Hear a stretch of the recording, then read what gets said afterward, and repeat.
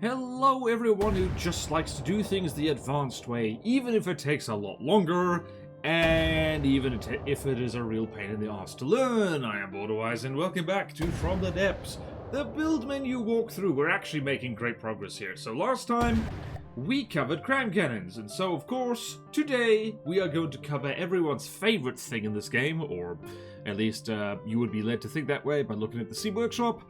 It's Advanced Cannons, also known as APS, which stands for Advanced Projectile System, last time I checked. Now, funny thing about these things, a lot of people actually find them easier than the cram cannons we talked about last time. Personally, it took me a while to get the hang of these, but yeah, they're very, very good. These are probably the best weapon in From the Depths by far, just out of sheer versatility. If there's something you want done, there is some configuration of advanced cannon that can do it. So what you're seeing here is one of these starting prefabs, the Mamba, which is a deck gun, triple-barreled, and uses 2-meter loaders.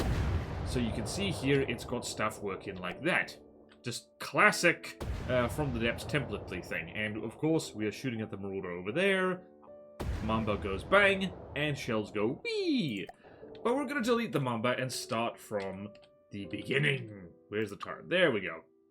So first thing we need to do, and I'm just going to give it a little rubber block to sit on, we got the firing piece. So this is the main component of the Advanced Projectile System. Mantlets and barrels go in front of it, engage increases, and coolers go directly behind it. You can place other components on the other 4 sides of it. Hint, hint, you can do that. So, this is much like the firing piece of the cram cannons. You just place this, and this is the central block. It is also where you control stuff. So if you hit Q on it, you'll see all these options here. For whatever reason, the required accuracy before fire is 2 degrees, which is silly. So you pretty much always want to drop that to the lowest degree possible. And just in this case, we're just going to do that. Synchronization. You synchronize it with other guns. Stats. Various stats. APS. So, unique things. You could set things like the elevation angle of the barrel, the azimuth, the number of barrels, which also changes the gauge of the shell you fire out of the gun. The desired shell gauge, which goes from 18 all the way to 500 millimeters. And you can set the max fire rate, which is capped at 2,400 rounds per minute. And by the way, there used to be, like, in days gone by, there was effectively no limit to that, and APS was hopelessly overpowered as a direct result. It is slightly less horribly overpowered. Here's the thing that I didn't talk about with cram cannons. You can set what firing arc you want. With APS, you basically always want this to be only low, because there's not much point in anything else. And force desired gauge. Always use the desired gauge set on the sider, won't clear clips, and won't fire if there are not enough gauge abuse available. I've never ticked that, I've never thought about it. Allow gun barrels to spin, we'll get to see that a little bit when we have multi-barrels. Allow railgun magnets to spin. Railguns are a thing, and they are very effective, and I should use them more. And you can invert the direction that the barrels spin, very nice. And disable barrel reciprocation, and... oh, I've never looked at this. Firing effects relative to gunpowder firing effects only, railgun firing effects only, uses both gunpowder and railgun firing effects. Ooh, I did not know that. Interesting. This is why this series is fun. I have to look at stuff that I never noticed. I didn't know this was an option. And then there's railgun settings, so... the percentage of your vehicle's energy that will never be touched by the railgun.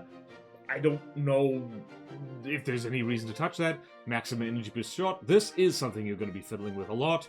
And the percentage of energy used for accuracy buff. Again, I usually never touch this. This is important. If you're using a shell that is using both a gunpowder and rail charge to propel the shell, you want to make sure this is checked so that even if you run out of electricity, you can still fire the gun and it can still do something. So that's very important. It's so important, I'm going to leave it like that. Right, that's the firing piece. The next thing you want, moving to the left, is a mantlet. There are a lot of mantlets. So, first up is the 1x1 Omni mantlet. So, the stats are here. This thing does not get used very often. Like, here's the thing. The 2 meter tall AA mantlet is the thing that basically everyone uses, and sometimes you use the 3x3 Omni. The 1 meter Omni mantlet is only if you are strapped for space, and for whatever reason you can't use the bigger Omni mantlet because it has between 10 and 30 degrees for azimuth and elevation. So yeah, like, you can stick a barrel on this and it just kind of like aims a little bit in all directions. Then you have the 1 meter elevation mantlet, which has less azimuth but greater elevation. So like between 5 and 20 degrees side to side, and between about 20 and 40 degrees up and down, which is reasonable but not amazing. Then you get the AM mantlet. This is the thing that damn near everyone uses on every gun ever, including myself, because if you stick this on a turret, it can aim almost straight up. So the azimuth is rubbish. It's about 10 degrees of azimuth. The elevation, well, the max elevation of it is like between 80 and 90 degrees. So with a low gauge APS, this can aim like straight up at the sky, which makes it very, very useful, because in From the Depths, a lot of things fly, as it turns out. It means if you're using slower shells, you can actually just kind of arc them over there, artillery style. So this is by far the best mantlet. You can almost but not quite forget about all the other ones, except for very specific purposes. Right, the 3 meter elevation mantlet is kind of similar, except it can aim down a little bit more. So the minimum elevation of the AA mantlet is 10 and 20 degrees, so that's down. So if the barrel is 0 degrees, it can only aim about 10 degrees down, 10 or 20 degrees. This thing can aim between 45 and 65 degrees up, and 45 to 65 degrees down. So this is a little bit better for shooting things both above and below the surface of the water. So if you've got like an anti-submarine gun, which is a thing in From the Depths, you probably want to roll with this, because AA mantlets really struggle with things that are down too far. They can't track them. Most of the time, they do just fine though. And then you have the 3x3 Omni, which allows you to aim the gun in basically any direction. So it's like between 40 and 60 degrees in all directions, up, down, left, right. Generally, this is what you would use for a hull-mounted gun, which is what this gun is actually. So we're going to actually leave it like that. Actually, no, we're not. We're going to go with that for now. Right. Barrels! There are a lot of barrels. Most of these are just cosmetic differences. So you've got the 1 meter barrel, 2, 3, 4 meter barrel. They all basically do the same thing. And generally speaking, like, 4 meter barrels are what you roll with. I accidentally deleted the mantlet. That was embarrassing. And then the heavy barrels are basically the same as the barrels, except they have more health and more armor, and they are much heavier. I'm gonna sneeze. Oh no. I refuse to sneeze. Mind over matter. So yeah, generally speaking, what you want to do for your main gun, as in the main weapon of your craft, you want that to have heavy barrels, and you only really use regular barrels if you want the gun to traverse quickly. So if it's a secondary gun, if it's an anti-aircraft gun, if it's a sea-whiz, so you've got it shooting down missiles and shells and whatnot, and it needs to track fast. Otherwise, heavy barrels are generally what you roll with. They are quite expensive, so you can see here, your barrel here, and the heavy barrel over here, all of these have exactly the same stats. It's 3 times as expensive. So the other reason you'd use regular barrels is to save costs. Sometimes you don't want your thing to be incredibly expensive. Now we get to the funky barrels. So, the bore evacuator provides a cooling boost for your advanced cannon, because they do heat up and they need to cool down before they fire again. The effect does not stack, so you can only ever have like 1 bore evacuator on the barrel, and that's all you're going to get from it. And funny thing, if you want to use one of these, it's generally when you, for whatever reason, can't jam enough coolers into your gun. You don't actually want this at the end of the gun, because 4 meter barrel length, 3,200 health, 35 armor. This has 800 health, but 50 armor. So you actually want this back here if you're going to use that. And it still works, by the way, which is not how real-life bore evacuators work at all, from what I understand, so acceptable break from physics. And then you get the 3 stars of muzzle brake. There's these two, the only difference is cosmetic, and then you get a 2-meter variant, which is just more health, I suppose. And otherwise, it does the same thing. So, what this does, stick this on the end of your gun. The recoil doesn't exert any physical force on the firing vehicle, instead of 1/4 the force. That's a weird tooltip. Basically, this makes your gun slightly more inaccurate, but it reduces recoil. So, say you've mounted a massive gun on a tiny little craft, you might want to put a muzzle brake on it, just so it doesn't accidentally do backflips. I generally never use these. I never usually find the need to, because if your craft has good, like, self-correction, so we've talked about those before, so if it has rudders controlling pitch and yaw, or, like, aerial pivots controlling pitch and yaw, or even, like, propulsion blocks such as propellers or jets or anything, you're not really gonna notice it being pitched around by gun recoil, so generally speaking, I don't use these. The main reason to use them is for aesthetics, because they make the end of your gun look cool, and that's very nice. So we're just gonna leave this there and move on to more blocks. So we've gone to the left, and now we will go to the right, and then up a bit. So gauge increases are how you increase the size of your gun, or the gauge. So right now we're at 60mm, which is the default. If we slap one there, we're now at 120mm. So we've doubled it, and now we've done slightly less than double it, and there's just diminishing returns for each gauge increase, and you can have a maximum of 8 gauge increases, 1, 2, 3, 4, 5, 6, 7, 8, to get the max gauge of 500mm. And that is quite fun. And this is where I can show you this right here, the fun thing. So, if you increase the number of barrels, you essentially halve the gauge. So, 2 barrels, 250mm, all the way up to 6, so which is 150mm. So, the max gauge 6-barreled gun is 150mm. And this is also where I can finally show off the gun spinning. So that is spinning ridiculously quickly because of our max fire rate. The spinning rate is tied to max fire rate, so I'm going to turn that off right there. And you can manually set the desired shell gauge as well. So in this case, maybe you want it to be, oh, I don't know, 120 for whatever reason. The only reason I've never really used that, the main reason you'd do that is if you have too many gauge increases, which actually, there's a reason for that, which we will get into when we talk about connectors. In the meantime, we can talk about coolers. These things. So these are kind of the same as gauge increases, except they're loaded with, I don't know, liquid nitrogen or whatever, because the more of these you have, the better your cooling rate for the gun.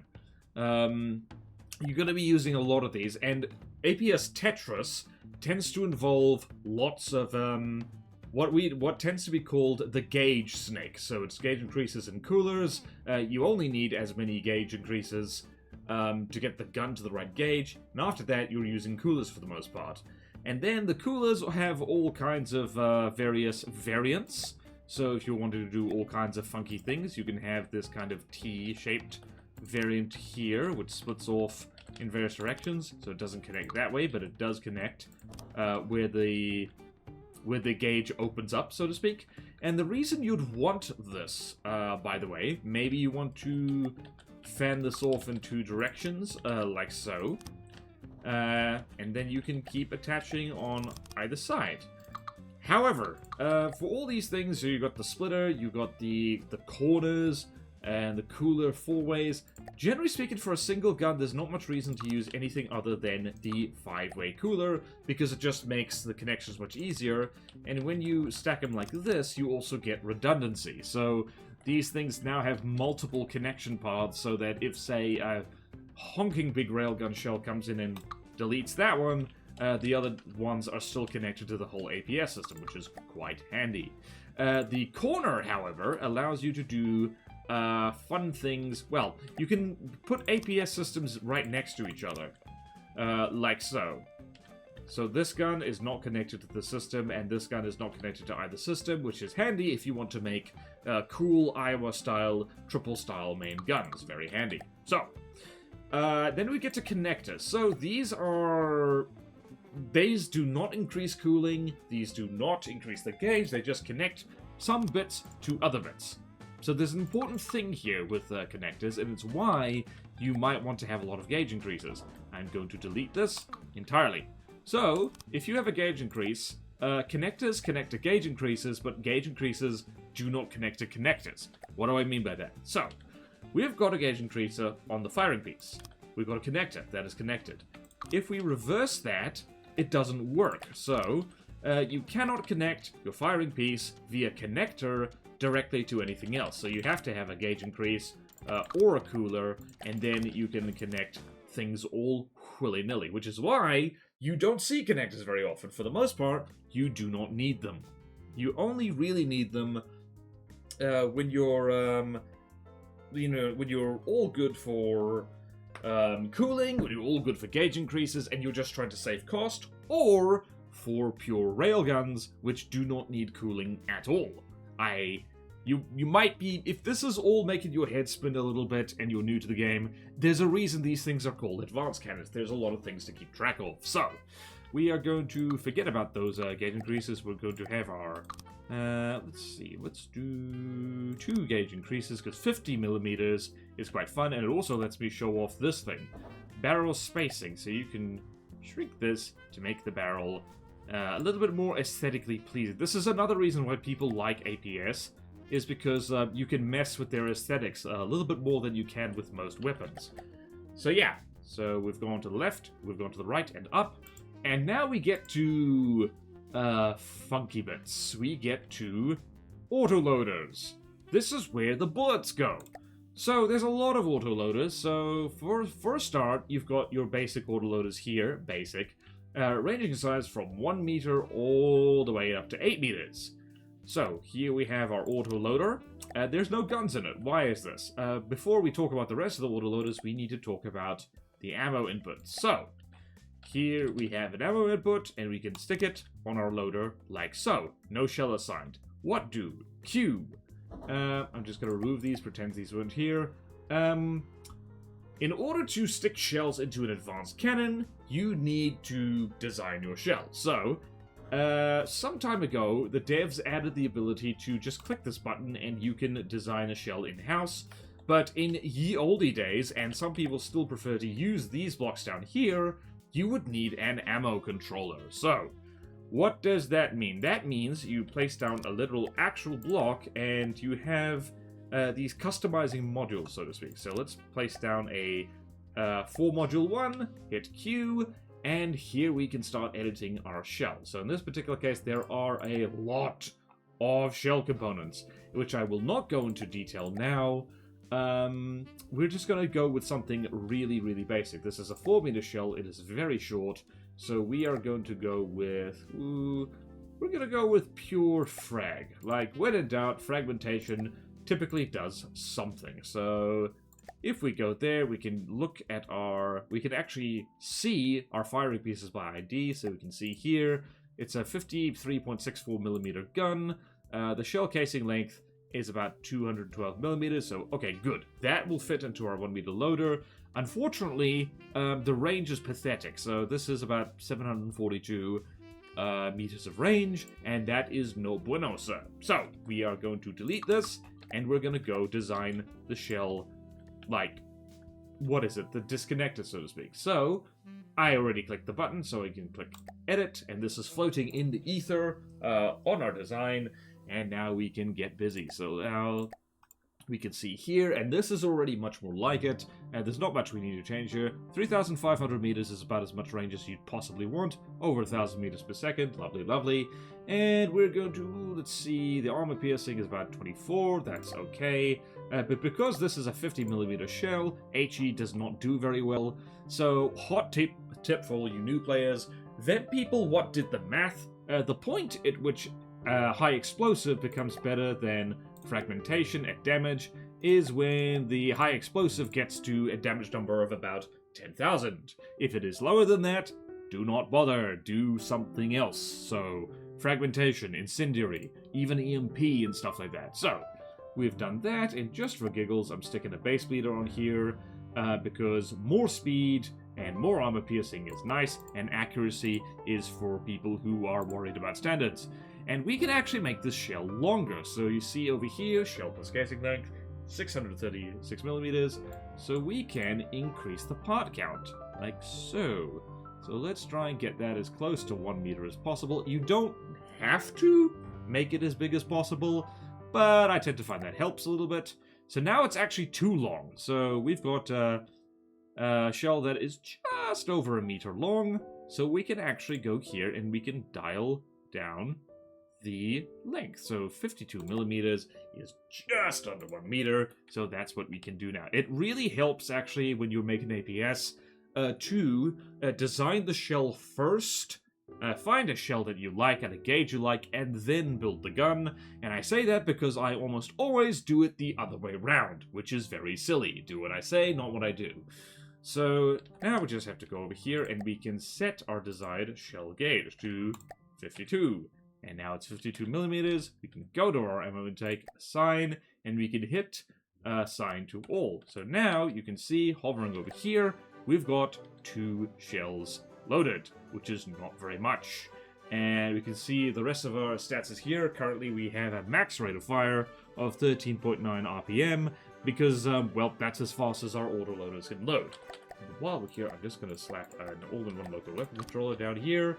So 13.9 rounds per minute is not very good for a multi-barrel gun, is it? So we should make this thing fire faster. How do we do that? We can add more autoloaders, sure, but we can also add more clips. So, clips connect to the autoloaders, ammo techs connect to the ammo clips and loaders, and fill the clip with ammo so it can be loaded into the autoloader and fired. And these shells store clips up to 1 meter long. You'll notice there's 2 kinds of clips here. There's the clip, and there's the solid clip. So the regular clip, I hesitate to call it regular clip, looks like that, and you'll notice something interesting about it.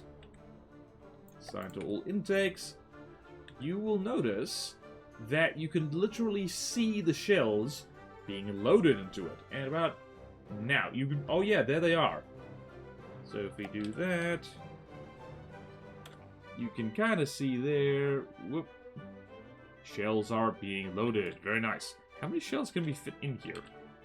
We can fit a whole bunch of shells in here, honestly. So you might be wondering, like, why you might never see this. Maybe if you've been hanging out in the community a little bit, you'll notice that, like, you don't actually see these very often.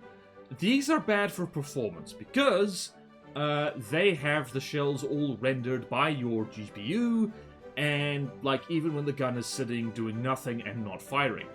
Or when the shells are not even loaded and fired out of the gun. So 99% of the time, basically always, unless you're doing specific testing or I don't know what, you would use these ones. You would use these solid clips, which do not render the shells, and thus they save performance. And you'll notice that there's an important thing here with this autoloader. Shell load time reduced to 50%. So, putting clips on an autoloader makes it load faster.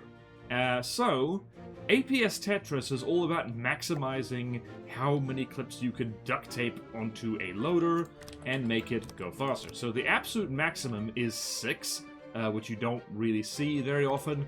Most people tend to do 3 or 4. That seems to be just the way to do it.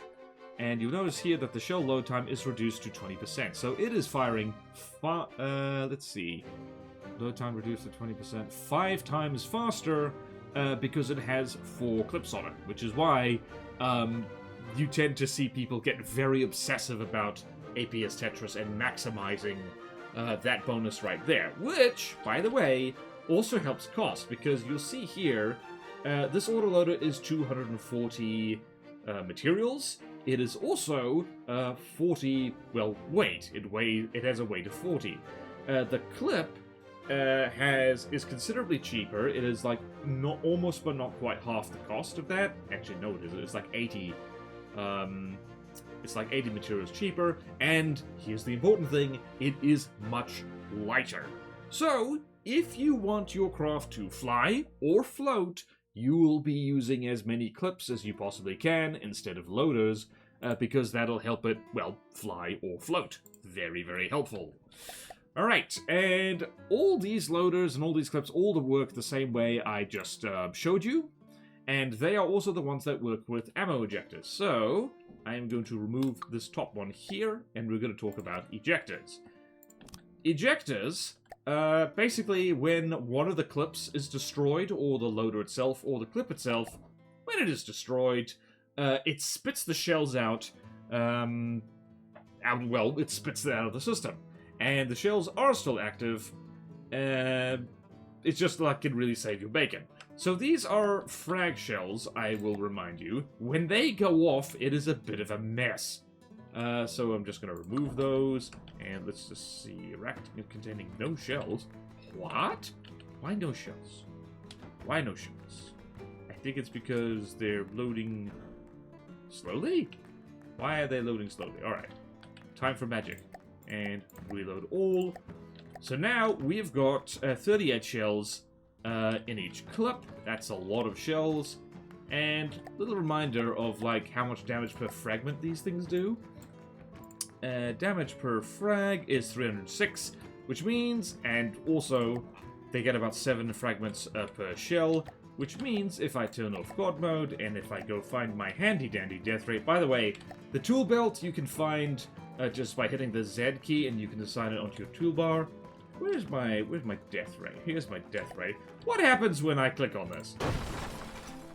The entire gun vanishes. So, APS, unlike cram cannons, if you set it up a certain way, it is extraordinarily volatile. It will go kablooey, and your ship, or your airship, or your rubber duck that is covered in guns will go up with it, so that's not good. So in this case, what we want is ejectors. So let's see. That's an ejector, I guess. And we also have the ammo ejector backwards, which launches them that way. Let's see what happens now when we use our handy dandy death ray, after we load everything in there. So that clip was destroyed, but all the shells in it were flung out there, and they exploded in a somewhat safer manner. And same thing with this. Shells exploded upwards, and hopefully they actually despawn before they do any damage whatsoever. Nice one. Now, there is a fuse here, by the way, which is very, very handy. And I know we're supposed to be going through the blocks, but like, hey, let's help out the new people a little bit. So, it's this fuse. So if you're using ejectors, there's a very, very handy thing here called the emergency ejection defuse. This component is linked to the ejecting system attached to the autoloader and will automatically defuse the shell prior to its ejection, making it totally harmless. Warning, works only when the shells are ejected. So, when you have this, what this means is that the shells will do literally no damage, like when they are ejected. Admittedly, only when they are ejected.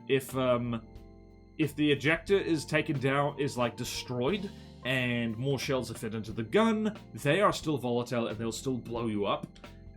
So yeah, with chemical shells, which means frag, high explosive, munition defense, EMP, incendiary, all that, it's almost always a good idea to have an emergency ejection defuse on it. It makes your APS system, and by extension, whatever it's mounted on, much more survivable. So, let me show you. That didn't work. I didn't reload everything. Let's try that again. So you notice that, shells literally didn't spawn at all.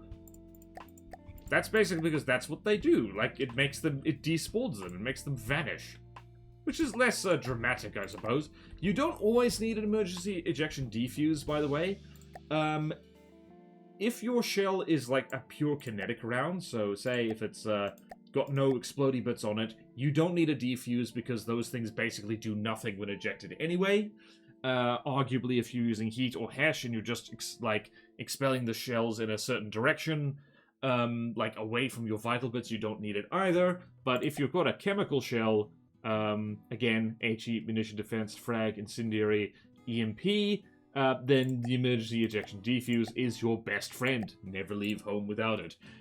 Knowing how to use this is the difference between making APS ships which can take an absolute brutal beating and win the fight, and APS ships that, well, explode if you so much as sneeze at them.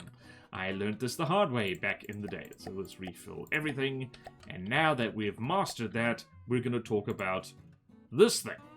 The belt-fed autoloader. This works a little bit differently, so first things first, we're going to remove the ejectors, because you can't use ejectors with belt-fed autoloaders, because, well, you just can't. It would be a little bit silly. So, no point using the emergency ejection defuse. So I'm going to keep that there for a second to illustrate something very important. If you have the autoloader, regular autoloader, you'll notice that it has, well, pins on all sides, and it can attach to clips, or the advanced cannon system and all that, in basically all directions, which is 6. The belt-fed autoloader is a little different. You'll notice that pointy peg that is currently on top. That is the only place you can fit clips. So if I do this, you'll notice these clips are not attached to the belt-fed autoloader. They just aren't. And if I flip it this way, so now it is pointing back towards camera, that clip is attached, but these ones aren't. You can only attach clips to a belt-fed autoloader in one direction, not to be confused with the band. So now this thing is loading, slowly but surely, and the other thing about belt-fed autoloaders is that they can't load and fire at the same time, which means they load up all their shells. You can see here that there's a little tooltip near the bottom. In the loading state, cannot fire until reloaded, so it will load all 39 shells, and then it'll be able to fire those 39 shells, and once it's run out, that's when it will start loading again. Hence the whole belt-fed thing. So yeah, belt-feds have the advantage that they allow a very, very fast fire rate. So you'll see here, we have a standard... Where is it? So we have an autoloader there. The fire rate is around 27.7, and that is limited by the autoloader limit and the ammo intake limit. Meanwhile, the belt-fed gets you a limit of... we're actually being limited by the cooling right now. The autoloader limit is 69.9 RPM. So yeah, belt-feds are useful for smaller gauge guns, usually, which fire very, very fast, but they fire in bursts. So they'll go bang, bang, bang, bang, bang, and burn through all their ammo, and then they'll just sit there for a long time and take a zillion years to reload. But not necessarily a zillion years, because you can speed this up by putting more inputs on them. So if you do this, you can load approximately 4 times faster, and it is much nicer. This, by the way, is generally agreed to be the best form of belt-fed autoloader. You want this loader, clip, 4 intakes. Usually, for these regular loaders, you only want 1 intake per loader or clip. Not so with belt-feds. You want as many intakes as you can possibly fit on them. So this would be okay, except it's a little bit of an awkward shape, and it's hard to fit into a turret. So, there you go, belt-fed autoloader. So we're going to stick with the belt-fed autoloader. Actually, no, we're going to go back to this, because I don't feel like changing my shell at all. So we're going to do, what are we going to do? We're going to do this, we're going to do this. Actually, no, we're going to do this. Tetris is hard. Tetris is hard. I'm going to do this, 2-clip. The horror of the 2-clip loader. Ta-da! Now it's 3-clip, and no one's allowed to be mad at me. I am leaving this empty over here next to the firing piece for reasons. So now we've gone with loaders, and now we can talk about, first an archaic block and then a very useful one. The Fall of Shot Predictor. This is arguably a useful block, but it's like this is a legacy thing. Back when the game was designed with more manual control in mind, like the player would be the one aiming things, and before the current aiming system is available. So now if I hit right click and aim the gun, you'll see that there's a firing prediction line off the distance that'll tell me roughly where the shots are landing.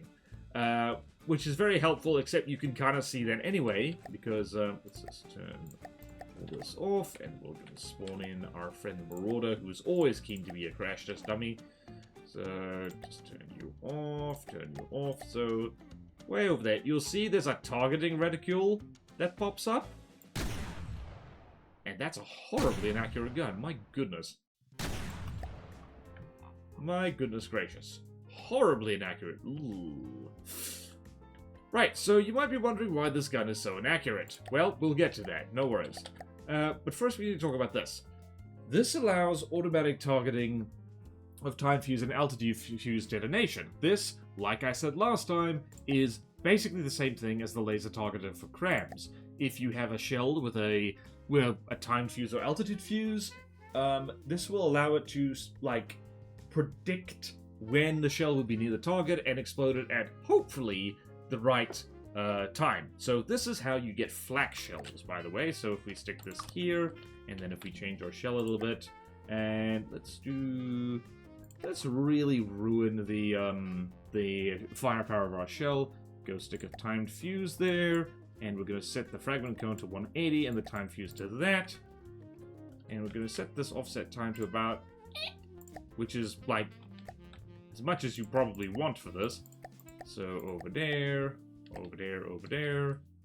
and let's spawn in, let's turn this on, and we'll spawn in a duster.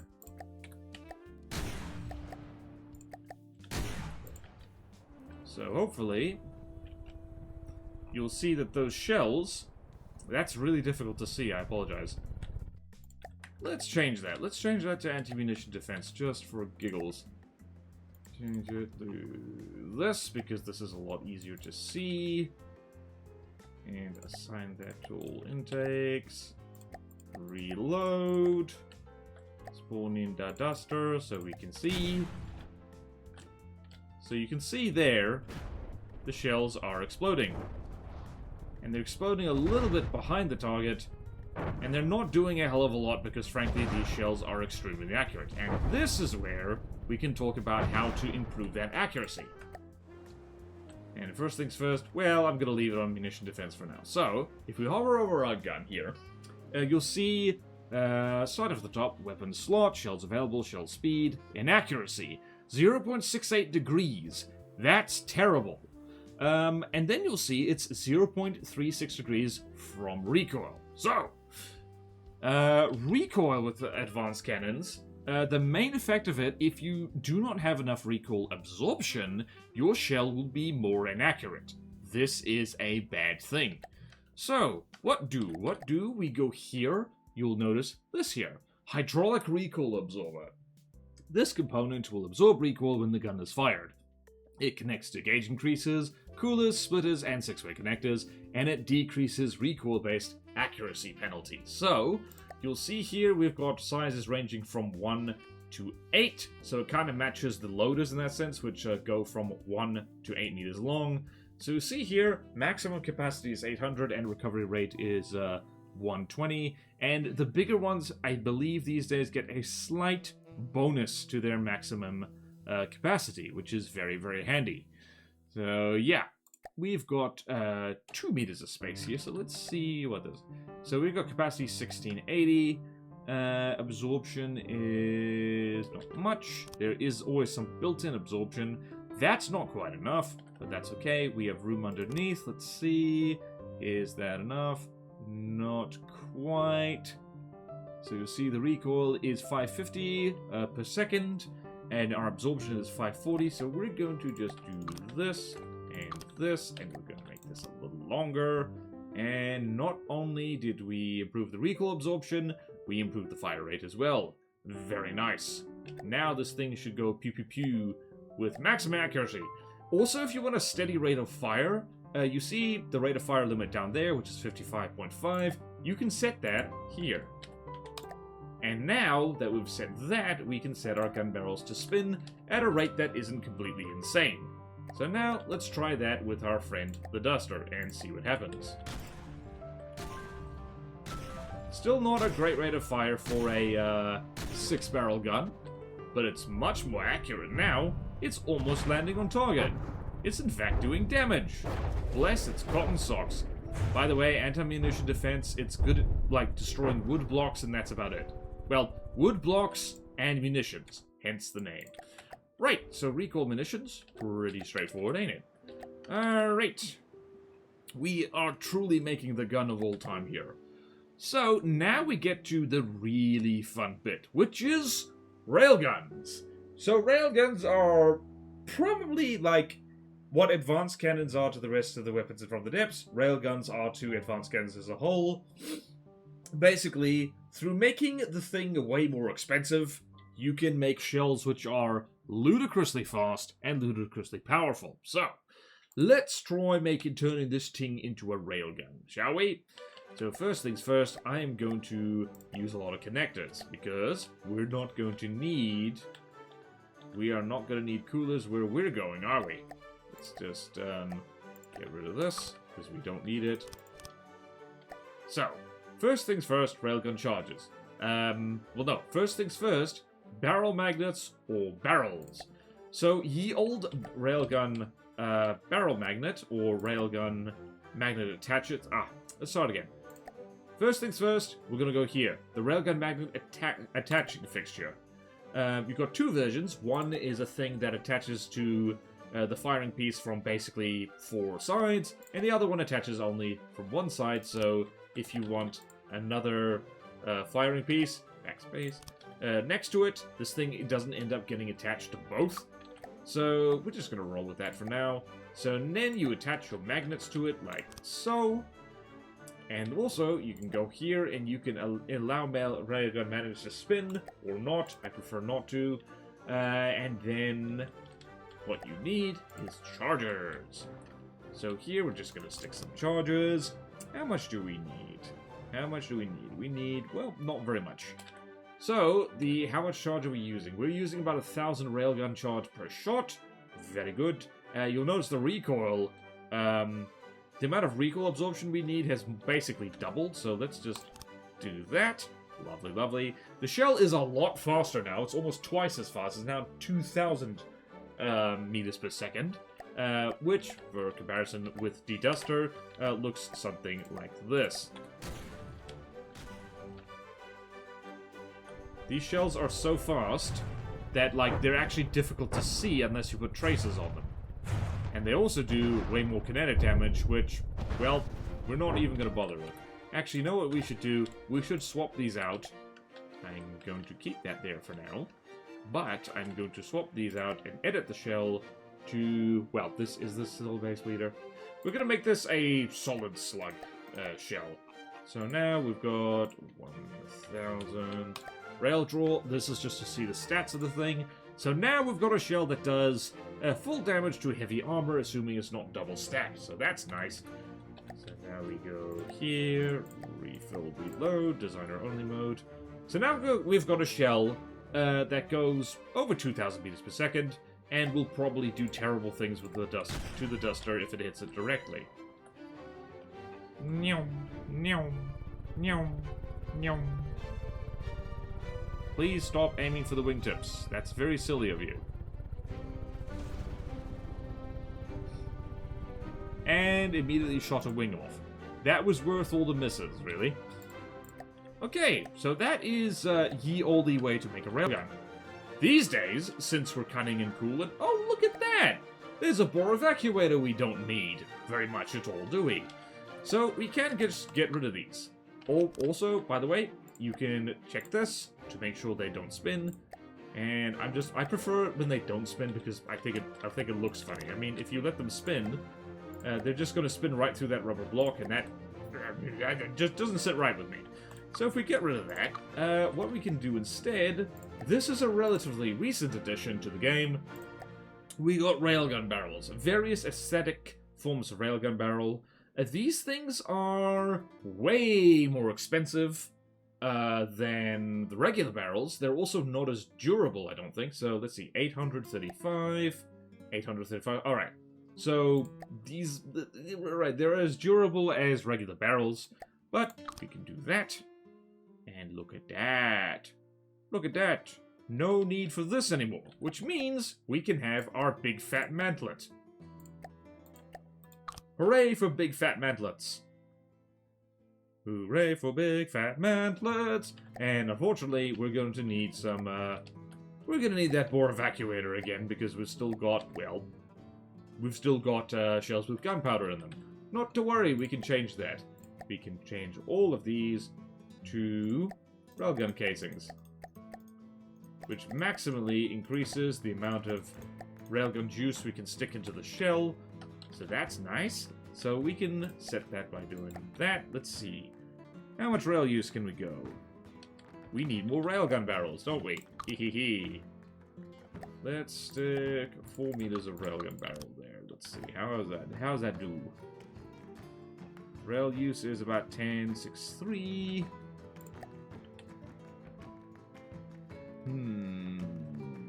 Not quite working. Not quite working, I say. Reload. Put those pure railgun shells in there. Oh, hey, look at that! 4,000 meters per second. Woohoo!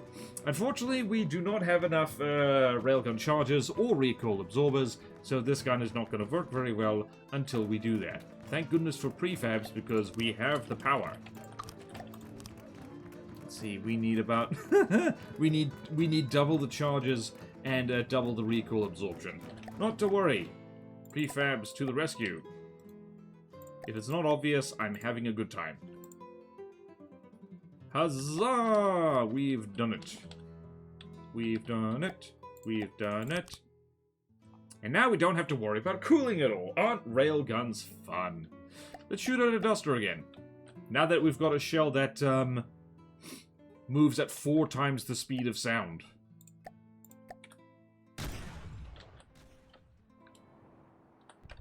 Like, again, the shell is hard to see. It's so fast. It is, in fact, so fast that the game sometimes struggles to, it struggles to really... it struggles to calculate these shells and how well they hit things. Anyway, that was fun. Railguns are fun. And that's basically it for advanced cannons. This video was actually shorter than I thought it would be. Let's make a really silly gun. Let's make a fun, silly gun just for funsies and sillies while we're here.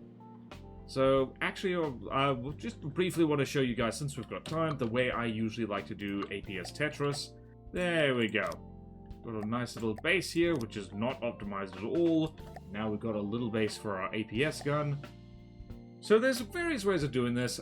I generally prefer to whip out a prefab at this point. So we're going to make a little 1 meter loader gun. I've made a whole bunch of them. So we're going to go with 3 clip because that's easy. I like that. Did I seriously not have a 1 meter? I didn't. Time to make one. Let's go here, get an ammo ejector, get a loader, get a clip, like so. Inputs, and we got 1, 2, 3, 4 things that need an input. Gonna stick a cooler on there, and there we have our 1 meter 3 clip Tetris piece, and that's very nice. And I'm going to save that there because apparently I didn't save them. I didn't make one, which is silly. Now from here we go here, and we're just going to, so we can see what we're doing, I'm going to make this turret well out of glass, because otherwise it's going to be hard to see what we're doing. By the way, this is not a flawless lit turret. You kind of want to make it better than this. So that is, we have just enough room for 1 more of these. Ta-da! Now, in these little gaps, we can do stuff. We can do stuff and things. So now we connect all of these, like so. Let's do something like that. Very nice. And then we can stick some recoil absorbers in the gaps like so. We can have another one of these. We can have another one of these. Let's just see here. Does this fit? Yes, it does. Hell yeah. Let's just... what color did I put this? Color 5. Drop the alpha a little bit so we can kind of see through it. And let's do this. And let's do this. So I like to make necklace turrets, but in this case I'm going to make an exception. We're going to do one of these. We're going to have an APS turret. We're going to get our favorite mantlet. Going to make sure it's set to the correct things. Then we're going to go over here and mess with our shell a little bit. What have we got? We've got a 60mm gun. Drop the shell length just a smidge. Actually, I might as well just start over here. Remove, new shell design.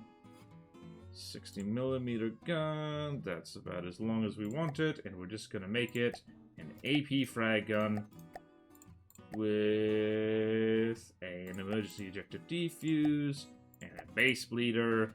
And that's all very good. This is a decent enough shell. Let's make that 80 degrees, just for giggles. Alright, let's see if we've done this all correctly. So we've got a 91.4 RPM. We've got probably too many coolers. We don't need that many. So one cunning things we could do, we could just force this to 60 RPM. I don't usually do this with anything. We could replace bits and pieces with connectors. Isn't that fun? Isn't that fun? Isn't that neat? I think it's neat. Don't you think it's neat? I think it is very neat. Let's see here.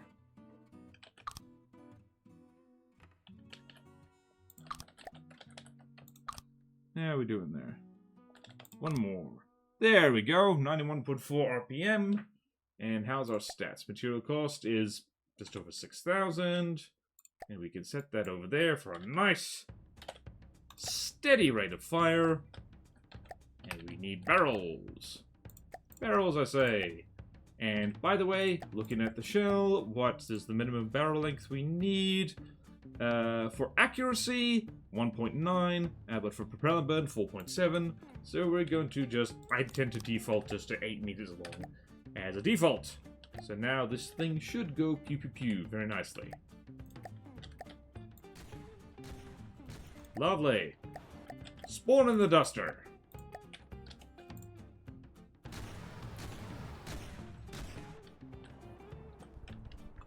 Whee! Whoopsie daisy.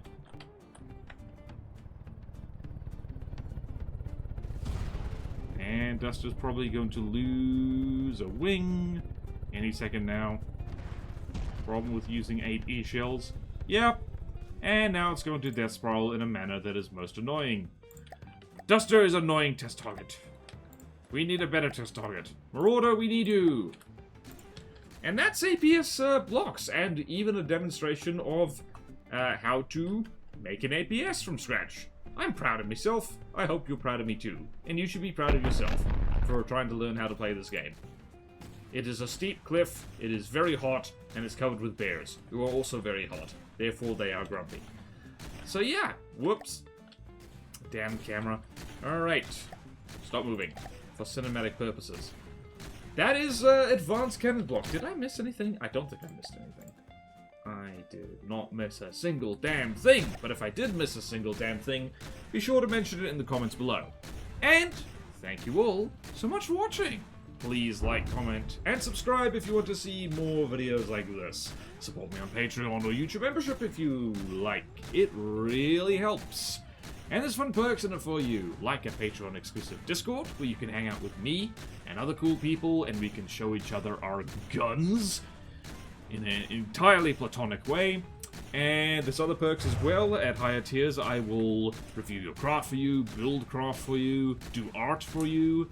And do remember to check me out on Twitch and subscribe to the Twitch VOD channel, because it's almost at 500 subscribers, and that is a good number, apparently. So yeah. Take care, happy advanced cannoning, and I will see you next time in From the Depths. Farewell.